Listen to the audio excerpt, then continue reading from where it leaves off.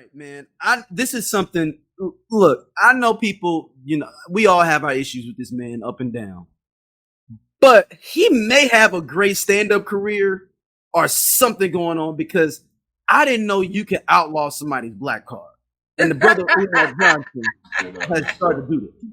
And he's been excommunicated from the black community. Whoa, now. Whoa. I'm in the black community still. No, you're not. Come on. You've been excommunicated. Stop it. Nah, it's big. No. You've been excommunicated. Men who are not loyal to the black community, we kick them out. He don't even want to give you a hug. He's going to get some paperwork in the mail that lets him know we're snatching his melanin. Whoa! No. I'm black. I'm black. In all honesty, Ms. Tori, and let you know, I am absolutely not interested in being with you or any other Caucasian woman on any level. Yo, that Dr. Umar is a wild boy. You talk about a wild boy, he's wild. Look, and he may have been appropriating money for this school. He's so serious. Dude, that dude said your paperwork will be in the mail. You are excommunicated. It is a lot of people that need to have that conversation. Oh my God. I've been wanting to have a board for blackness, like for real. Oh, I didn't. Umar, let me. I don't know about. We might need to have different organizations because Umar, you don't do too well with the money. You know what I'm saying, or whatnot. But we won't let you touch the money. But we'll let you be on the panel. But you can't touch none of the money for the organization. But this is amazing. That dude and that kid. He said, "I have no reason to want to be with you." You or any other Caucasian woman.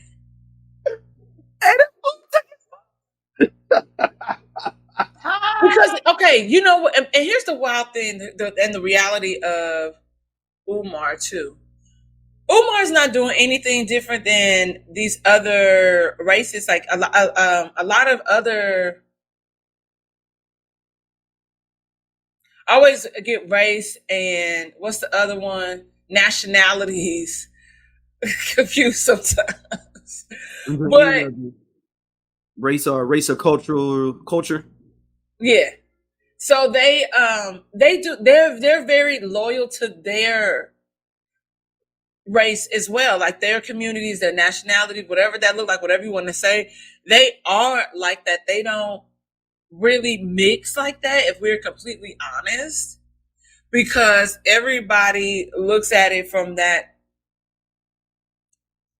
trajectory of like our bloodline. We want to be able to still exist, and it's frowned upon.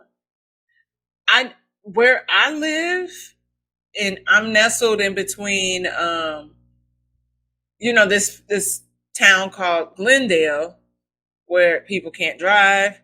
Car insurance goes up. There's a page. Y'all can search it on Instagram, and it show y'all all the chaotic accidents that be happening every day out here. But anyway, it's a lot of Armenians, Persians over here. They don't, and at one point I worked with a lot of them too. And we talked about things like that, dating interracially, and they literally said that I can't bring home a black guy. I can't bring home a white guy, even though they feel like they also have been conditioned to have a proximity to whiteness just because of their appearance. They also experience a lot of colorism within their community, depending on where you're from, and a lot of judgment is placed because of that, on people. And so when you talk to other people, even working with, Hispanic people, Mexican people, it's the same conversation. It's true. Yeah. It's a thing that, man, I don't necessarily, I just want black people to have some form of solidarity. That's why I think it's funny about the black card, because I'd be like, it's cool. You don't have to be down, man. Like, honestly, we don't need to have you in our culture. Yeah, I think that's the conversation we had last night at. And not just because you were a white woman, y'all. That's not you have way other more ridiculous things that you could do. Just not having a white woman or a woman of the race is not even on the bingo card. Yeah, that's Dr. Umar's rules. But honestly, when we were having a conversation about the Drake beef and Kendrick Mhm. and what was happening last night, you know, the concept of community oddly came up. And like my guy was just saying how, I mean, I don't know what it is that Black people want. And I said, we don't know what each other want because there's a lack there of community and not knowing, you know, what we stand for. What was this? How did this conversation start? From Well, what was- because I guess when we were talking about Drake and his lack thereof Blackness potentially. And I was, you know, I was trying I to. wouldn't even say Blackness. I said cultural awareness. I was going to say that. I was going to say.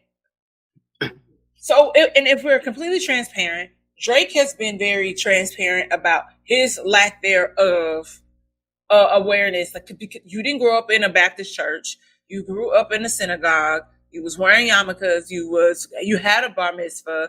You did all these different things. You know, you had money growing up to a certain degree. I mean, you were on TV. I don't know. It didn't really seem like he spoke too much about the struggle, but we know, you know, like the Jews, like they have a community. Like they have it takes the dollar to leave their community like several years, whereas is for Black people it's like a couple hours. We talked about that before on here.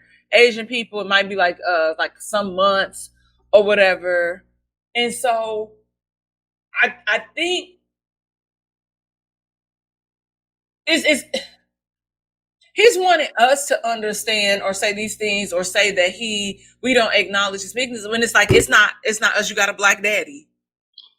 It's you should be looking to people that don't look like us for that conversation because that's not us. You know what I mean? Yeah.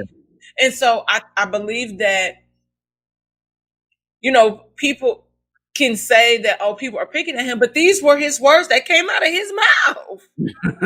That's true. You know what I mean? And so you can say that, oh, Kendrick is really these messing with white women on the low. My homeboy already told me, like, oh, he was messing with girls in the Palisades back in the day, blah, blah, blah. This is LA. That's not surprising. And not giving him a pass for his transgressions, not, you know, but whatever. But I think that I think the conversation starts or starts to look like, okay, we say certain things, we do certain things. And I have to also remind people that there are a lot of people, a lot of our trauma, all of our trauma, for the most part, comes from white supremacy and the patriarchy. But you can't have somebody acknowledge that and then still try to uphold the patriarchy. It's weird. It's super weird, though. It's super weird. And I don't know. I think also is that we have been conditioned to be so inclusive with people. Because just think about it. Every day it's like, oh, yes, so-and-so said this. He can come to the cookout. No, the fuck he can't. He did what he was supposed to do.